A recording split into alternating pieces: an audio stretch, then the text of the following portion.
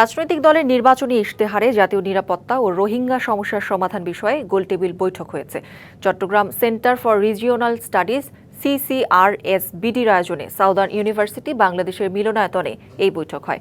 অনুষ্ঠানে প্রধান অতিথির বক্তব্যে চট্টগ্রাম ৫ আসনের বিএনপির প্রার্থী ব্যারিস্টার মীর হেলাল উদ্দিন বলেন, জাতীয় নিরাপত্তাজনিত বিষয়গুলোতে রাজনৈতিক দলগুলোকে ভিন্ন ভিন্ন অবস্থান না নেওয়া উচিত। দেশের স্বার্থে দেশের ভিন্ন ভিন্ন পলিসি থাকতে পারে, তবে জনগুরুত্বপূর্ণ বিষয়গুলোতে সবাইকে এক হয়ে কাজ করতে হবে। তিনি বলেন, শুধু মিয়ানমারের সঙ্গে কথা বলে রোহিঙ্গা সমস্যার সমাধান হবে না। সমাধান করতে হলে অন্যান্য দেশের সঙ্গেও কথা বলতে হবে।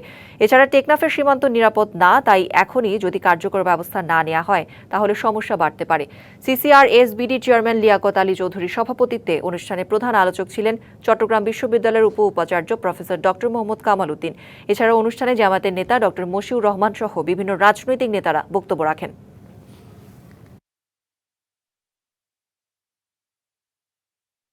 এই রোহিঙ্গা ইস্যু বলেন, হিল ট্র্যাক্সের ইস্যু বলেন, এগুলো কিন্তু আমাদের দেশকে হেভিলি ইম্প্যাক্ট করতেছে, নট অনলি সিকিউরিটি ওয়াইজ। আপনি এখানে যদি শুধু বার্মার সাথে নেগোশিয়েট করে আপনি এটা সমাধান করতে চান মায়ানমারের সাথে, এটা কিন্তু পসিবল না।